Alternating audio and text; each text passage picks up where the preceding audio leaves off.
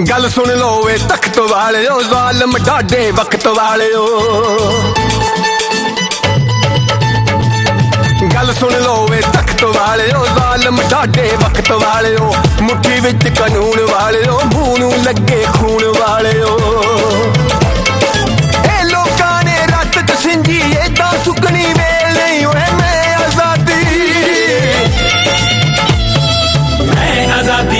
आज़ादी, मैं कोई तेरी रखेल नहीं। US ਈਸਟ ਕੋਸਟ ਦੇ ਸਮੂਹ ਗੁਰਦੁਆਰਿਆਂ ਅਤੇ ਪੰਥਕ ਜਥੇਬੰਦੀਆਂ ਦੀ ਸਿੱਖ ਕੋਆਰਡੀਨੇਸ਼ਨ ਕਮੇਟੀ ਵੱਲੋਂ 9 ਅਪ੍ਰੈਲ 2016 ਨੂੰ ਅਮਰੀਕਾ ਦੀ ਰਾਜਧਾਨੀ ਵਾਸ਼ਿੰਗਟਨ DC ਵਿਖੇ freedom march for Sikh nation ਦਾ ਐਲਾਨ। ਬਰਗਾੜੀ ਅਤੇ ਪੰਜਾਬ ਵਿੱਚ ਹੋਰ ਥਾਵਾਂ ਤੇ ਹੋਈ ਗੁਰੂ ਗ੍ਰੰਥ ਸਾਹਿਬ ਜੀ ਦੀ ਬੇਅਦਬੀ ਦੇ ਵਿਰੋਧ 'ਚ ਖਾਲਸਾ ਸਾਜਣਾ ਦਿਵਸ, ਮੌਜੂਦਾ ਸਿੱਖ ਸੰਘਰਸ਼ ਦੀ ਚੜ੍ਹਦੀ ਕਲਾ ਅਤੇ ਸਿੱਖ ਕੌਮ ਦੀ ਆਜ਼ਾਦੀ ਨੂੰ ਸਮਰਪਿਤ ਇਹ ਮਾਰਚ ਸਵੇਰੇ 11 ਵਜੇ ਲਿੰਕਨ ਪਾਰਕ ਤੋਂ ਸ਼ੁਰੂ ਹੋ ਕੇ ਕੈਪੀਟਲ ਹਿੱਲ ਵਿਖੇ ਸਮਾਪਤ ਹੋਵੇਗਾ, ਜਿੱਥੇ ਪੰਥਕ ਬੁਲਾਰਿਆਂ ਅਤੇ ਅਮਰੀਕਨ ਪੋਲੀਟੀਕਲ ਲੀਡਰਸ ਵੱਲੋਂ ਇਨ੍ਹਾਂ ਮੁੱਦਿਆਂ ਤੇ ਆਪਣੇ ਵਿਚਾਰ ਰੱਖੇ ਜਾਣਗੇ। TV 84 ਵੱਲੋਂ ਇਸ ਮਾਰਚ ਦਾ ਲਾਈਵ ਪ੍ਰਸਾਰਣ ਕੀਤਾ ਜਾਵੇਗਾ।